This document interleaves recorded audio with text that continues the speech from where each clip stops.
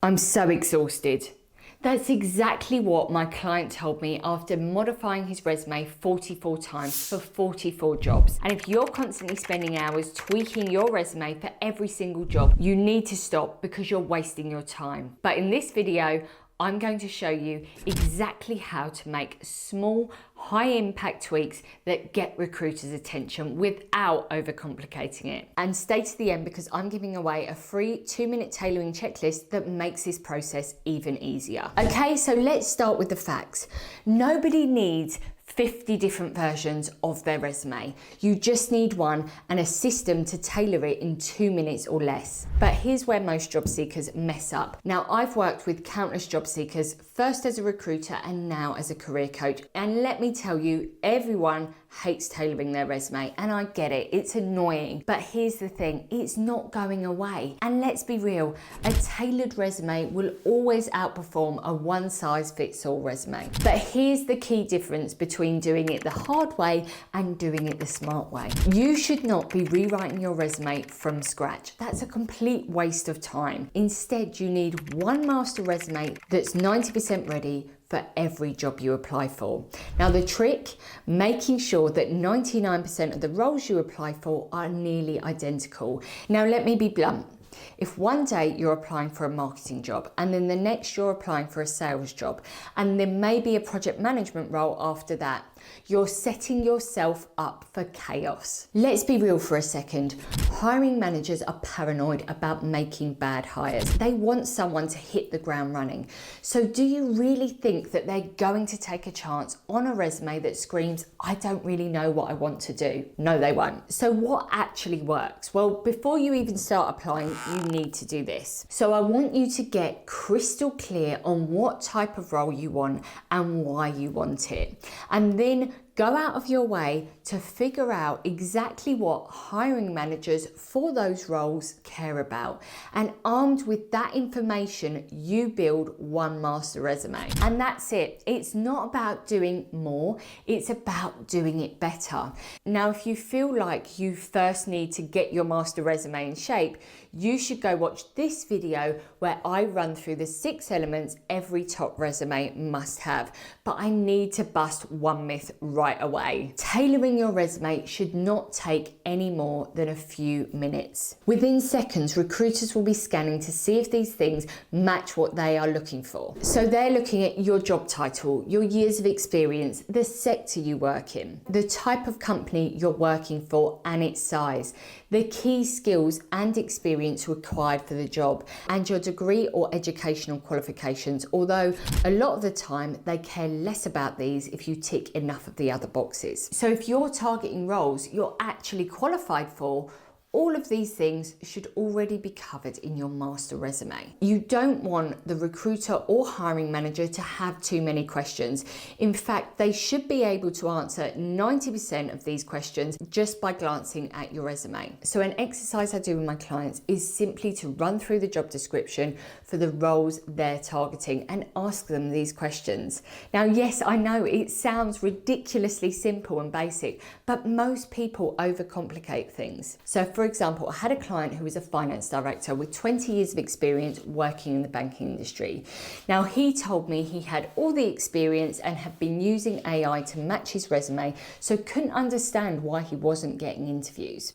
Now, in fairness, he was right. We opened up an example job description and he met all the criteria. The problem was he hadn't labelled it simply enough. So I said to him, so you have 15 years of experience? And he said, yeah, I've got more than 20. I then said, and you've worked in banking? Yes, he said, more than 10 years. What about these systems mentioned? Again, he looked at me like I was speaking Spanish and said, yeah, everyone has used things like T24 Transact. So I looked back at him and said, so you've got all the experience, but where is it on your resume? Can you point out where this is specifically mentioned? Where does it say you've worked in banking? Where does it say you have 20 years of experience? And while I have no idea what T24 is, where have you used it? and all of a sudden he drew a blank. He had to scroll up and down his resume and explain in more detail. Now this took a good few minutes, and being upfront, I still wasn't convinced. So I told him, we're going to need to do a better job. Now you see, he'd also used an AI tool to help him put things together, but all it had done is stuffed his resume with so many irrelevant keywords that he completely overlooked what the employer was actually looking for. And I said, look, you see those questions I just asked you? That's what a recruiter will be looking for in seconds. And if they don't see what they need to see, they're gone. Now, if your master resume is good and you have the required experience, you can simply use the job description requirements to amend your professional summary so that you're an exact match. And this is where our tailoring comes into play. So in my client's case, that meant that he was no longer a highly accomplished executive known for driving change, optimizing performance, and delivering high impact solutions. He was now a finance director with 20+ years of experience, including over a decade in banking, with hands-on expertise in core banking systems like T24 Transact. Now, do you see the difference? One sounds impressive but extremely generic, and the other instantly tells the recruiter this is exactly who we're looking for. And that's the key. You can't assume the recruiter is going to read between the lines. They're often not qualified to, and quite frankly, they don't have the time. The truth is, even if most hiring managers can't see in seconds that you check every major requirement in the job description, they're moving on. So before you send out another resume, ask yourself, does my professional summary directly reflect the job requirements? Can someone instantly identify my industry experience, key skills, and relevant tools? Now, if you really want to put your resume to the test, go one step further.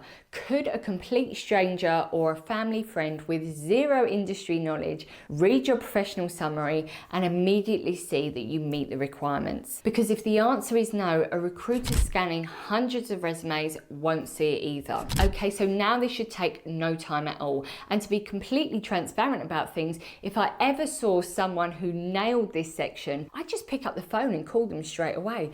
And that was the case for my client when he made this tweak. It was a massive aha moment for him. He literally started writing his professional summary to match the jobs he was applying for and didn't even change anything else on his resume. And out of just 6 more applications, he got 4 interviews, 3 offers, and accepted a new job. Okay, so get your master resume locked in. Prioritize your professional summary to cover as many of the hard requirements as possible. And in addition, you should also follow my 3 simple but effective tweaks to tailor your resume in a matter of minutes. Now, I guess you could call this a 2-minute tailoring hack. So number 1, match the job title. So if your job posting says Senior Project Manager and your resume says Project Lead, change it. And then adjust your top bullet points. Don't just list job duties, mirror the job description. So for example, if a job says develop social media campaigns, change your bullet point to say launch social media campaigns, increasing engagement by 40%. And then finally, make your qualifications obvious. If they want 5 years of experience, make sure it's crystal clear in your summary. If they require specific software skills, put them in your professional summary in addition to covering them in your skills section or resume bullets. And that's it.